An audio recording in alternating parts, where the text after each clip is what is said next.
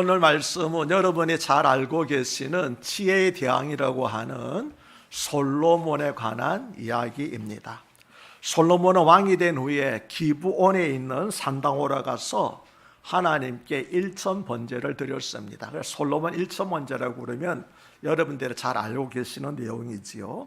여기서 산당이라 하면 높은 곳이라는 뜻으로서 산 위에서 신들에게 제사를 지내던 장소를 가리켜서 산당이라고 성경은 말합니다. 기브온은 해발 722m의 고산지대로 예루살렘에서 북서쪽으로 약 10km 떨어져 있었는데 그곳에는 성막이 있었습니다. 아직 성전이 지어지기 전에 성막을 임시로 기브온에서 모시고 있었습니다. 그러므로 정확하게 표현하면은 솔로몬은 기브온에 있는 아무 산당에 가서 제사를 드린 것이 아니라 기브온에 있는 성막에 가서 일천 번제를 드렸다, 이렇게 생각하시면 되고, 우상들이 제사 지내던 그곳에 가서 일천 번제를 드렸다라고 오해하지 마시기를 바랍니다. 성막이 있는 곳에 가서 제사를 드렸다. 솔로몬이 그곳에서 일천 번제를 드릴 이유는 아직 예루살렘 성전이 건축되지 않았기 때문이었습니다. 또 일천 번제라 하면 1000일 동안 번제를 드렸다는 것이 아니라 소나 양 1000마리를 번제로 드렸다고 하는 것입니다. 번제는 짐승 전체를 불태워드리는 제사를 말합니다. 물론 하루 만에 1000마리를 번제로 드리는 것은 불가능하기 때문에 아마 솔로몬은 최소한 일주일 이상은 기브온에 머물러 있었지 않았을까라고 그렇게 생각을 합니다. 이렇게 일천 번제를 드린 마지막 날 밤에 하나님께서 솔로몬의 꿈에 나타나셔서 말씀을 하셨습니다. 그것은 내가 너에게 무엇을 줄고 구하라라고 하는 것이었습니다. 하나님께서 직접 솔로몬의 꿈에 나타나셔서 이렇게 말씀하신 것은 하나님께서 솔로몬의 정성을 다한 제사를 기쁘게 받으셨음을 의미합니다. 그뿐만 아니라 이제 하나님께서 솔로몬을 통해서 큰 일을 하고자 하심을, 내가 너에게 무엇을 줄 거 말하라, 이제 내가 너를 통해서 큰 일을 하겠다고 하시는 말씀을 이 말씀을 통해서 의미하신 것이기도 합니다. 아무튼 이 사건이 교훈하는 것은 우리는 하나님께 예배를 드리되 하나님께서 기뻐 받으실 만한 연락하실 예배를 드려야 된다는 겁니다. 그러나 이것은 우리도 일천 번제를 드려야 된다는 것은 아니지요. 일천 번제는 아무나 드릴 수 있는 것은 아닙니다. 그러나 일천 번제는 드리지 못한다 할지라도 예배든 기도든 찬양이든 봉사든 헌금이든 드릴 때 하나님께 연락하시도록 드려야 되지, 그저 형식적으로 아무렇게나 드려서는 하나님께 기쁨이 되지 않는다. 그래서 정성을 다한 것이 하나님께 기쁨이 된다라고 하는 교훈입니다. 그리고 교회 나오실 때도 조금 좋은 옷을 입을 필요는 없습니다. 그러나 단정한 옷차림을 하고 나오는 것이 하나님께 예배드리러 나오는 사람의 기본적인 자세라고 할 수 있겠습니다. 그러나 어떤 옷을 입을까 그 고민하느라고 코를 앞에 서서 1시간 동안 헤매지는 마시고 그저 단정한 옷 입고 나오시면은 그렇게 되겠습니다. 그런데 솔로몬은 하나님께서 내가 너에게 무엇을 줄고 너는 구하라고 말씀하시자 얼른 자신의 소원을 말하기 전에 먼저 하나님의 은혜에 대해서 먼저 고백을 하였지요. 6절을 다시 읽겠습니다. 6절, 솔로몬이 이르되 주의 종 내 아버지 다윗이 성실과 공의와 정직한 마음으로 주와 함께 주 앞에서 행함으로 주께서 그에게 큰 은혜를 베푸셨고 주께서 또 그를 위하여 이 큰 은혜를 항상 주사 오늘과 같이 그의 자리에 앉을 아들을 그에게 주셨나이다. 아멘. 솔로몬의 이처럼 하나님께서 은혜를 주셨다는 말을 2번씩이나 하나님 은혜 주셨다고 고백을 하였습니다. 이처럼 솔로몬은 자신의 소원을 말하기 전에 이미 하나님께서 베풀어 주신 은혜를 고백하면서 그에 대해서 감사함으로써 그의 기도를 시작을 하였습니다. 솔로몬은 자기가 왕이 오른 것은 전적으로 하나님의 은혜이며 또한 하나님께서 자기 아버지 다윗과 맺은 언약 때문이라고, 나 때문이 아니라 내가 잘나서 이스라엘 왕이 된 것이 아니라 전적으로 하나님의 은혜고 하나님께서 내 아버지 다윗의 언약을 기억하시기 때문입니다. 나는 아무런 잘한 것이 없습니다라고 겸손히 그 은혜를 고백을 하였습니다. 이것은 자기도 또 아버지 다윗처럼 행하겠다고 하는 그런 다짐이기도 했습니다. 왜냐하면 다윗이 성실과 공의를 행했기에 하나님께서 그에게 은혜를 베푸셨으니까 나도 아버지처럼 그렇게 행하겠습니다라고 하는 다짐이기도 하였습니다. 이처럼 과거에 이미 베풀어 주신 하나님의 크신 은혜를 기억하고 먼저 하나님께 감사하는 마음은 모든 강구자가 하나님 앞에 나아갈 때 가져야 될 기본적인 자세입니다. 여러분이 부탁하고 싶은 일들이 많이 있다 할지라도 먼저 하나님께 배울 을세를 감사하며 나아갈 때에 우리가 더욱더 하나님의 깊은 은혜를 구하고 또 체험할 수가 있는 것입니다. 그 다음에 솔로몬은 자기가 구하는 것을 하나님께 아뢰었습니다. 우리 7절로부터 9절을 다시 읽겠습니다. 나의 하나님 여호와여, 주께서 종으로 종의 아버지 다윗을 대신하여 왕이 되게 하셨사오나 종은 작은 아이라 출입할 줄을 알지 못하고 주께서 택하신 백성 가운데 있나이다. 그들은 큰 백성이라 수요가 많아서 셀 수도 없고 기록할 수도 없사오니 누가 주의 이 많은 백성을 재판할 수 있사오리까? 듣는 마음을 종에게 주사 주의 백성을 재판하여 선악을 분별하게 하옵소서. 아멘. 솔로몬이 꿈에서 맞아 즉각 이렇게 대답할 수 있던 것은 이것이 평소에 솔로몬이 오랫동안 생각하고 있었던 기도 제목이라는 것을 알 수가 있습니다. 꿈에서도 하나님 말씀하실 때 즉각 이걸 바랍니다 말했던 것은 솔로몬이 왕이 된 후에 항상 기도했던 것, 자기가 부족하고 하나님께 구해야 될 것은 이것이라고 생각했기 때문에 이 같은 간구를 꿈에서도 할 수 있었던 것입니다.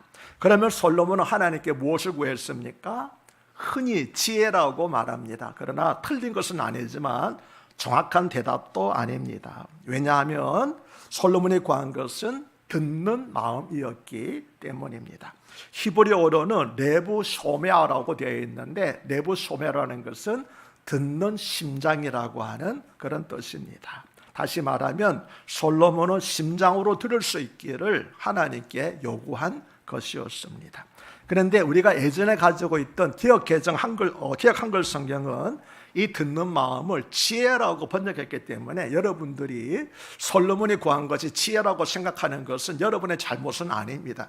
옛날 번역 성경이 그렇게 기록했으니까 여러분들은 지혜라고 알고 있는 것은 결국 여러분의 잘못이 아닙니다. 하지만 이 지혜로운 마음이라고 하는 번역은 번역자의 주관이 개입된 번역입니다. 왜냐하면 듣는 심장, 직역대로 하면은 듣는 마음, 듣는 심장을 그대로 번역하면은 뭔가 좀 어색하지 않는가라고 하는 그런 번역자의 주관적인 판단이 기업되어서 지혜라고 번역했기 때문입니다. 그래서 틀린 건 아니지만 정확한 번역은 아니다라고 하는 것이지요.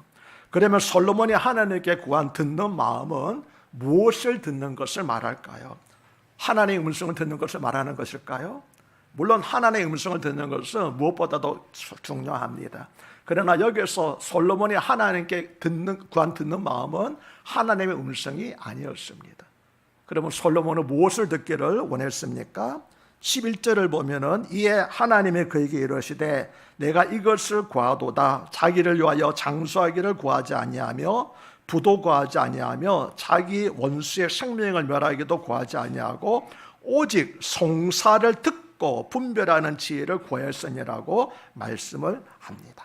솔로몬이 하나님께 듣는 마음을 구했을 때 그는 무엇을 듣는 것인지 목적어를 말하지는 않았지만 하나님께서 그 목적어를 채워놓으셨습니다. 뭐라고 말씀하십니까? 송사라고 하는 거죠. 솔로몬, 너가 구했던 듣는 마음은 바로 송사를 구하는 것이었지? 라고 하나님께서 물으신 것이었습니다. 송사는 백성들 사이 일어난 다툼을 판결해 달라고 당시의 최고 재판장이었던 왕에게 요구하는 것이었습니다. 그러니까 솔로몬은 백성들의 요청, 즉 사람들의 이야기를 심장으로 듣게 해달라고 하나님께 구한 것이었습니다. 솔로몬의 기도에는 지혜라는 단어가 나타나지 않지만 그의 꿈에 나타나신 하나님께서는 솔로몬이 구한 듣는 마음을 곧 지혜라고 해석하셨습니다. 그리고 12절에서 내가 너의 말대로 하여 너에게 지혜롭고 총명한 마음을 주노니 너 앞에도 너와 같은 자가 없을거니와 너의 뒤에도 너와 같은 자가 일어남이 없으리라고 말씀을 하셨습니다. 그러니까 솔로몬이 말한 듣는 마음을 하나님이 언어로 바꾼 것이 바로 지혜롭고 총명한 마음인 것입니다. 이처럼 하나님께서는 직접 지혜가 무엇인가에 대한 정의를 내려주셨습니다. 지혜란 무엇입니까? 사람들의 이야기를 마음 깊은 곳에서부터 들어주는 것, 그것이 바로 지혜라는 것입니다. 무엇이 지혜라고요? 사람들의 이야기를 마음 깊은 곳, 심장으로부터 들어주는 것, 그것이 하나님께서 말씀하시는 지혜의 정의인 것입니다. 지식이 사람이 노력해서 얻는 것이라면 지혜는 하나님께서 주시는 것입니다. 그래서 지식은 사람을 자칫 교만하게 할 수 있습니다. 왜? 내가 노력해서 얻는 것이니까 자기 지식 있는 것을 교만하게 생각할 수도 있지만 지혜는 사람을 도리어 겸손하게 만듭니다. 왜 그렇습니까?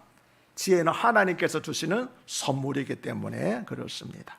자신을 낮추어 사람들의 말에 마음을 열고 귀를 기울일 때 하나님께 주시는 선물이 바로 지혜인 것입니다. 그래서 지식은 사람을 교만하게 만들 수 있지만 지혜는 도리어 사람을 겸손하게 합니다. 왜? 하나님 앞에 겸손할수록 하나님께서 더 많은 지혜를 주시기 때문입니다. 듣는 마음이란 남의 말에 귀를 기울이는 자세를 말합니다. 즉 상대방의 말을 잘 새겨 듣는 것입니다. 야고보서 1장 19절에 내 사랑하는 형제들아 너희가 알지니 사람마다 듣기는 속히 하고 말하기는 더디하며 성내기도 더디하라는 말씀처럼 모든 좋은 일은 듣는 것에서부터 시작합니다. 잘못 들을 때 일이 그르치게 된다는 것이지요. 자녀는 부모의 말을 경청해야 하며 부모 또한 자녀들의 말에 귀를 기울여야지 참 소통이 이루어집니다. 또 아내는 남편의 말에 귀를 기울여야 하고 남편 또한 아내의 소리를 들을 줄 알 때에 온전한 부부 행복한 결혼 생활을 할 수가 있습니다. 저는 아내와 40년 가까이 함께 살고 있는데 그동안의 결혼 생활 중에서 가장 후회되는 것이 무엇이냐고 물으신다면 아내의 말을 끝까지 들어주지 않은 것입니다. 만약 아내의 말을 결혼 초부터 끝까지 들어줬다라고 한다면 그 수많은 부부싸움을 하지 않았을 수 있었을 것입니다. 상대방의 말을 끝까지 듣지 않는 이유는 집중력 결핍과 교만 두 가지 이유 때문입니다. 그런데 집중력 결핍은 병적인 문제니까 쉽게 고칠 수가 없고 또 많은 노력이 필요합니다. 하지만 교만은 마음만 먹으면 언제라도 쉽게 고칠 수가 있습니다. 교만은 무엇입니까? 너가 뭐라고 하든 나는 너의 마음을 다 읽고 있어. 나는 네 머리 꼭대기에 있거든 하는 것이 바로 이 교만한 마음입니다. 그래서 상대방의 말을 끝까지 않고 중간에 잘라버리는 겁니다. 말 안 해도 다 알아. 그렇게 해서 잘라버리는 것이 있지요. 그런데 알기는 뭘 합니까? 부부싸움을 하면서 항상 하는 이야기가 무엇입니까? 왜 이렇게 내 마음을 몰라주느냐? 제발 좀 내 말 좀 들어봐라고 하지 않습니까? 근데 많은 사람들은 내가 다 안다라고 지레 짐작하기 때문에 교만한 마음으로 잘라버리기 때문에 계속해서 대화가 엇박자가 나고 대화를 하게 되면 그것이 도리어 다툼으로 발전하게 되는 것이지요. 그러므로 내가 당신의 마음과 생각을 다 알고 있다고 하는 교만한 생각을 버려야만 합니다. 그리고 듣는 마음과 듣는 심장을 가지고 끝까지 경청해 주어야 합니다. 특히 솔로몬과 같은 최고 리더자들은 무엇보다도 듣는 마음을 가져야 합니다. 예나 지금이나 지도자들은 대체로 듣기보다는 말하고 지시하는 일에 익숙해져 있기 때문입니다. 그래서 국가든 회사든 단체든 최고 자리에 있는 사람일수록 듣는 마음이 부족한 것입니다. 오늘 본문 다음에 나오는 에피소드가 바로 그 유명한 솔로몬의 재판입니다. 이 이야기는 솔로몬이 하나님께 구한 듣는 마음이 어떠한 것이며 그것이 왜 하나님께서 주신 지혜인가를 보여주는 한 가지 대표적인 신뢰로서 제시한 것이 바로 이 솔로몬의 재판입니다. 우리 열왕기상 3장 16절로부터 22절을 함께 읽겠습니다. 그때 창기 두 여자가 왕에게 와서 그 앞에 서며 한 여자나 말하되 내 주여 나와 이 여자가 한 집에서 사는데 내가 그와 함께 집에 있으며 해산하였더니 내가 해산한 지 사흘 만에 이 여자도 해산하고 우리가 함께 있었고 우리들 외에는 집에 다른 사람이 없었나이다. 그런데 밤에 저 여자가 그의 아들 위에 누움으로 그의 아들이 죽으니 그가 밤중에 일어나서 이 요종 내가 잠든 사이에 내 아들을 내게 들어서 가져다가 자기의 품에 누이고 자기의 죽은 아들을 내 품에 뉘었나이다. 아침에 내가 내 아들을 젖먹이 되고 일어나 본즉 죽었기로 내가 아침에 자세히 보니 내가 낳은 아들이 아니더이다 하매 다른 여자는 이르되 아니라 산 것은 내 아들이요 죽은 것은 내 아들이라 하고, 이 여자는 이르되 아니라 죽은 것이 내 아들이요 산 것이 내 아들이라 하며 왕 앞에서 그와 같이 쟁론하는지라. 아멘. 무슨 이야기입니까? 몸을 파는 두 여자가 솔로몬에게 와서 서로 살아있는 아이가 자신의 아이고 죽은 아이가 상대방의 아이라고 주장한 송사입니다. 아무런 증거가 없는 상황에서 서로 자기 아이라고 우기니까, 지금이야 유전자 검사를 하면 밝혀지겠지만 옛날에 유전자 검사도 할 수 없지 않았습니까? 그야말로 난제 중에 난자요, 난감한 문제가 아닐 수가 없었습니다. 그러나 솔로몬에게는 유전자 검사보다도 빠르고 정확한 하나님의 지혜가 있었습니다. 우리 열왕기상 32장 3장 32절부터 28절 3장 23절로 28절 읽겠습니다. 왕이 이르되 이 여자나 말하기를 산 것은 내 아들이요 죽은 것은 내 아들이라 하고, 제 여자나 말하기를 아니라 죽은 것이 내 아들이요 산 것이라 내 아들이라 하는도다 하고, 또 이르되 칼을 내게로 가져오라 하니 칼을 왕 앞으로 가져온지라. 왕이 이르되 사나이를 둘로 나누어 반은 이 여자에게 주고 반은 저 여자에게 주라. 그 산 아들의 어머니 되는 여자가 그 아들을 위하여 마음에 불붙는 것 같아서 왕께 아뢰어 청하건대 내 주여 산 아이를 그에게 주시고 아무쪼록 죽이지 마옵소서 하되, 다른 여자에게 말하기를 내 것도 되게 말고 내 것도 되게 말게 하고 나누게 하라 하는지라. 왕이 대답해 이르되 산 아이를 저 여자에게 주고 결코 죽이지 말라. 저가 그의 어머니라 하며 온 이스라엘이 왕의 심야의 판결함을 듣고 왕을 두려워했으니, 이는 하나님의 지혜가 그의 속에서 판결함을 봄이더라. 아멘. 우리가 생각도 놀랍지 않습니까? 어떻게 해서 저런 지혜가 나올 수 있을까? 어머니도 아닌데, 그렇잖아요. 엄마도 아닌데 어떻게 해서 남자 솔로몬에게서 저런 지혜가 나올 수 있을까? 하나님의 지혜가 그에게 있었기 때문입니다. 그래서 이 판결 이후에 솔로몬은 오고 오는 세대를 거쳐서 지혜의 대왕으로 알려지게 된 것이었습니다. 왜? 하나님의 지혜가 그에게 있었기 때문입니다. 그런데 우리는 성경 본문이 이 사건을, 이 장면을 어떻게 소설하고 있는가를 좀 자세히 살펴볼 필요가 있습니다. 17절을 보시면은 한 여자는 마라데라고 기록하고, 22절을 보면은 다른 여자는 이르데라고 기록합니다. 그리고 23절은 왕이 이르되 이 여자는 말하기를 저 여자는 말하기를 이라고 기록하고 있습니다. 이 재판 과정은 듣는 마음이 무엇인가를 잘 보여주고 있습니다. 솔로몬은 소송 당사자의 말 하나하나에 귀를 기울이고 있었던 것입니다. 그래서 이 여자는 이렇게 말하기를 저 여자는 저렇게 말하기를 귀담아 듣고 있었다고 하는 것이지요. 그리고 그 말을 기준으로 판결을 내린 것이었습니다. 그러므로 이 솔로몬의 재판은 솔로몬이 하나님께 구한 마음이 무엇인지 설명하는 좋은 신뢰로서 기록한 것입니다. 여기서 중요한 것은 솔로몬의 재판은 많은 재판이 있었겠지요. 그런데 다른 모든 재판은 다 제외두고 왜 이 재판을 솔로몬의 재판의 대표적인 재판으로 기록했는가 하는 것입니다. 창기 두 여자의 경우를 왜 듣는 마음의 대표적인 예로 삼았느냐고 하는 것입니다. 지금 21세기에도 여성의 목소리는 상대적으로 잘 들리지 않고 무시당하고 있습니다. 여성 중에도 특별히 몸 파는 여자라고 취급 여성의 소리는 경찰이나 검찰의 귀에도 잘 들리지 않는 것 같습니다. 그래서 단속 일변도와 형별 위주로 나아가고 있는 것입니다. 그것을 지켜보는 우리도 크게 다르지 않습니다. 당연하지, 몸 파는 여자가 나쁜 거야 이렇게 생각하고 왜 그렇게 해야만 되는지에 대해서는 아무도 생각해 보려고 하지 않습니다. 그런데 지금 우리가 살고 있는 세계보다 훨씬 가부장적이고 남성 우월적이었던 고대 이스라엘에서 지금 왕이 몸을 파는 여성들의 목소리를 들어주고 있는 것입니다.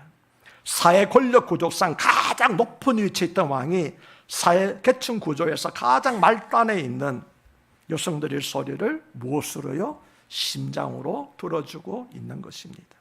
그래서 이 솔로몬의 재판은 듣는 마음이 어디까지 들어주어야 하는 것인지, 그리고 누구의 소리까지 들어줘야 하는 것인지를 우리에게 분명히 보여주고 있는 것입니다. 누구의 소리까지 들어줘야 된다고요? 사회 말단에 있는 아무도 돌아보지 않는 무시당하는 그런 사람들의 말까지도 귀를 기울여서 심장으로 들어주어야 한다는 것입니다. 그렇다면 단순히 다른 사람의 이야기를 진심으로 다 들어주는 것이 곧 지혜일까요? 다시 솔로몬의 기도문을 돌아가 보면 6절에서 솔로몬은 주의 종 내 아버지 다윗이 성실과 공의와 정직한 마음으로 주와 함께 주 앞에서 행함으로 주께서 그에게 큰 은혜를 베푸셨습니다라고 고백을 하였습니다. 여기서 성실과 공의와 정직한 마음은 모두 같은 것을 의미합니다. 즉 하나님의 뜻을 알고 그 뜻대로 올바르게 사는 것을 가리킵니다. 다시 말하면 무엇이 옳고 그른가에 대한 판단 기준을 하나님의 기준에 맞추는 것을 뜻합니다. 이것을 우리는 수직적인 지혜, 하나님의 뜻을 바로 알고 적용하는 것을 수직적인 지혜라고 말합니다. 그리고 솔로몬의 기도는 다윗의 추주적인 기도에 덧붙여서 백성들의 소리를 마음속으로 들을 수 있는 수평적인 기도, 하나님의 말씀뿐만 아니라 다른 사람들이 말을 들을 수 있는 수평적인 지혜를 또한 그는 구한 것이었습니다. 그러므로 이와 같이 수평적인 지혜와 수직적인 지혜가 다 함께 있을 때 그것을 가리켜서 우리는 온전한 지혜라고 말할 수 있는 것입니다. 만일 수직적인 지혜, 그 무엇이 옳고 그른가에 대한 뚜렷한 가치 기준을 가지고 있는 사람이 그러나 반면에 타인에 대한 이해력과 공감 능력이 부족하다면 어떻게 될까요? 피 한 방 흘리지 않는 냉정한 비판자가 되고 말 것입니다. 만일 판사가 법조문대로 말하면 판결한다면 차라리 컴퓨터가 측판을 하라는 것이 더 정확하지 않겠습니까? 그러나 사람의 사정은 그렇지 않잖아요. 보고로만 알 수 없는, 표면 나타나지 않는 많은 것들이 있기 때문에 판사가 재량으로 판단할 수 있도록 주지 않습니까? 바로 그겁니다. 그래서 그런 마음이 필요하다고 하는 것이죠. 또 반대로 남의 이야기를 귀를 기울이는 것은 잘하지만 옳고 그런 것에 대해서는 바른 판단력이 부족한 사람은 어떻게 될까요? 무조건 다른 사람의 말을 들어줌으로 말미암아서 그가 실로 나쁜 일을 할지라도 오히려 그에게 방주하는 그런 결과가 있게 될 것입니다. 그렇기 때문에 우리에게는 반드시 수직적인 지혜, 무엇이 올바른 지혜인가 아는 그런 수직적인 지혜뿐만 아니라 다른 사람 이야기도 들어주는 공감 능력이 있는 수평적인 지혜도 아울러 필요한 것입니다. 솔로몬이 하나님께 레부 소메아, 즉 듣는 심장을 구한 것은 자신의 호기심을 만족시키거나 혹은 주변 사람들에게 자랑하기 위한 것이 아니었습니다. 솔로몬은 힘없고 약한 백성들의 오건한 일을 풀어주기 위하여 판단력과 듣는 마음을 구한 것이었습니다. 그런데 열왕기상 4장 29절을 보면 하나님이 솔로몬에게 지혜와 총명을 심히 많이 주시고 또 넓은 마음을 주시되 바닷가의 모래같이 하셨다라고 말씀을 합니다. 하나님께서 솔로몬에게 주신 것은 지혜와 총명만이 아니었습니다. 하나님께서는 솔로몬에게 넓은 마음, 즉 해변의 모래사장만큼 넓은 마음을 주셨습니다. 우리나라의 정치인들과 교회 지도자들에게도 넓은 마음이 필요합니다. 옳고 그름을 분별하는 수직적인 지혜가 많은 사람일수록 다른 사람들의 이야기를 듣고 그들의 사정을 헤아려주는 공감력이 있는 넓은 마음이 필요한 것입니다. 그러므로 하나님께서 우리나라의 대통령을 비롯한 모든 정치인들과 교회 지도자들에게 자신의 목소리를 내기가 어렵고 또 소리를 낸다 할지라도 들리지 않는 이런 사람들의 목소리까지 들을 수 있는 듣는 마음과 해변의 모래사장처럼 수많은 사람들을 품을 수 있는 넓은 마음을 그들에게 주시기를 기도합니다. 특히 우리 큰사랑교회에서는 마음에 상처받는 분이 한 사람도 없도록 우리 모두에게도 듣는 마음과 넓은 마음을 주시기를 하나님께 기도합니다. 솔로몬은 하나님께 부귀영화 대신 지혜를 달라고 한 적이 없습니다. 다만 백성을 잘 재판할 수 있도록 듣는 마음을 주사 분별하게 해달라고 했을 뿐입니다. 그러나 솔로몬의 이러한 대답을 흡족하게 여기신 하나님께서는 지혜만이 아니라 그가 구하지 않은 부와 영광까지도 함께 주시겠다고 말씀을 하셨습니다. 근데 성경을 잘 보시면은 하나님께서 솔로몬이 듣는 마음을 구했을 때 그에게 대답하시면서 이렇게 대답하십니다. 네가 이것을 구하도다. 잘 들으십시오. 자기를 위하여 장수하기를 구하지도 아니하며 부도 구하지 아니하며 자기 원수의 생명을 멸하기도 구하지 아니하고 오직 성사를 듣고 분별하는 지혜를 구하였으니라고 말씀을 하셨습니다. 이 말씀은 장수나 부나 원수의 생명을 멸하는 것은 누굴 위한 것이라는 겁니까? 자기를 위한 것이라는 거예요. 그러나 솔로몬은 자기를 위해서 구하지 않고 오직 백성들을 위해서, 다른 사람들을 위해서 구했다라고 하는 것이죠. 그래서 결국 오늘 본문의 핵심이 바로 여기에 있습니다. 오늘 본문을 통해서 성경에 말씀하자 하시는 것은 하나님께서 솔로몬을 칭찬하신 이유는 그가 지혜를 구했기 때문이 아니라 그가 구한 것이 자기를 위해서 구한 것이 아니라 다른 사람들, 가난한 백성들을 위해서 구한 것이 하나님의 마음에 흡족했다고 하는 것입니다.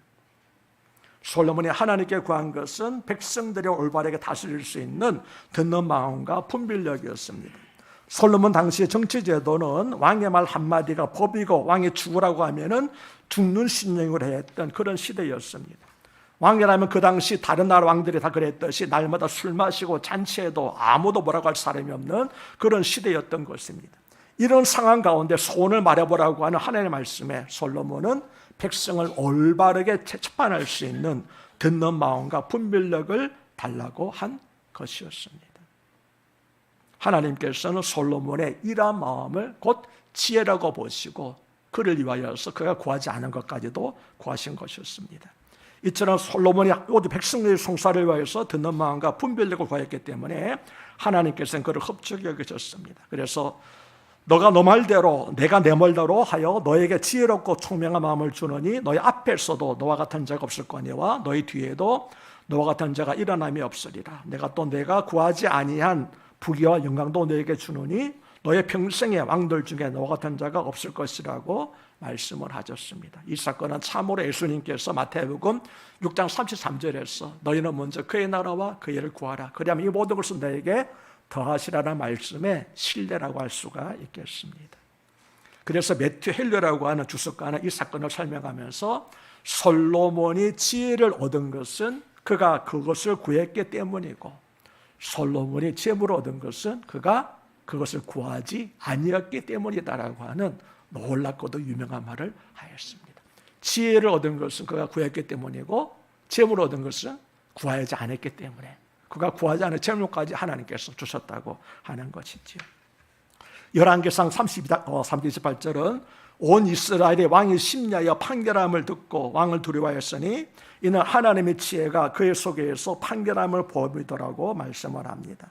이것은 두 창기의 소송 결과를 지켜본 이스라엘 백성들의 반응이었습니다. 솔로몬 속에는 하나님의 지혜가 그런 놀라운 판결을 가능하게 했다는 것입니다. 그러므로 우리 속에 하나님의 지혜가 없으면 우리는 언제나 어리석은 행동과 선택할 수밖에 없지만 하나님의 지혜가 우리가 안에 있다면 우리도 솔로몬처럼 많은 사람들을 놀라게 하고 하나님께 영을 돌리는 그런 일과 행동을 할 수 있을 줄로 믿습니다. 여기서 두려워한다고 하는 것은 크게 존경한다는 것입니다. 그러므로 세상에서 하나님의 지혜보다 더 나은 보배는 없다고 하겠습니다. 그러나 그 지혜는 듣는 마음을 가진 사람에게 하나님께서 주십니다. 자신의 이기적인 욕망이 아니라 주변 사람들을 위한 사랑과 긍휼의 마음을 가지고 듣고자 하는 사람에게 하나님께서는 하나님의 지혜라는 보배를 솔로몬에게 주셨던 것입니다. 다윗은 시편 110편 7절에서 여호와를 경외하는 것이 지혜의 근본이라고 하였으며 솔로몬은 전도서 12장 13절에서 일의 결국을 다 들었으니 하나님을 경외하고 그의 명령들을 다 지킬지어다. 이것이 모든 사람의 본분이라고 그렇게 말하였습니다. 오늘 설교를 마칩니다. 우리 큰사랑교회 성도님들은 모두가 다 실수할 수 있는 또 판결한다고 하는 것이 도리어 사람들에게 상처를 주는 그런 인간의 지혜가 아니라 하나님께서 주시는 지식적인 수직적인 지혜와 또 다른 사람들에게는 공감 능력을 가지고 있는 수평 지혜를 주셔서 무슨 일을 하더라도 올바르게 하고 많은 사람들을 유익하게 하고 하나님께 영광을 돌리는 그런 아름다운 하나님의 지혜를 가진 우리 큰사랑교회 성도님들 되시기를 주 이름으로 축복합니다. 하나님 아버지, 오늘 말씀을 통하여서 솔로몬이 무엇을 구하였으며 하나님께서 그에게 무엇을 주셨으며 그 결과가 무엇인지 알게 해주시니 감사합니다. 하나님, 우리도 지식을 잘 알지 말게 하시고 겸손히 하나님의 지혜를 구하게 해주셔서 내가 하는 말마다 사람들에게 상처 주는 말이 아니라 사람들을 유익하게 하고 그 사람들 위로를 얻게 하고 힘을 얻게 하는데 쓰임받는 저희들의 입이 되게 하시고 말이 되게 하여 주시옵소서. 무엇보다 저희들도 끝까지 들을 수 있는 듣는 마음을 주시고 듣는 심장을 주시옵소서. 나로 말미암아 한 사람도 상처받지 말게 해주시고 우리들로 말미암아 많은 사람들이 위로를 받게 하여 주시옵소서. 그래야 진정한 사랑의 큰 산 공동체가 되게 하여 주시옵소서. 예수님을 받들어 간곡히 기도드립나이다. 아멘.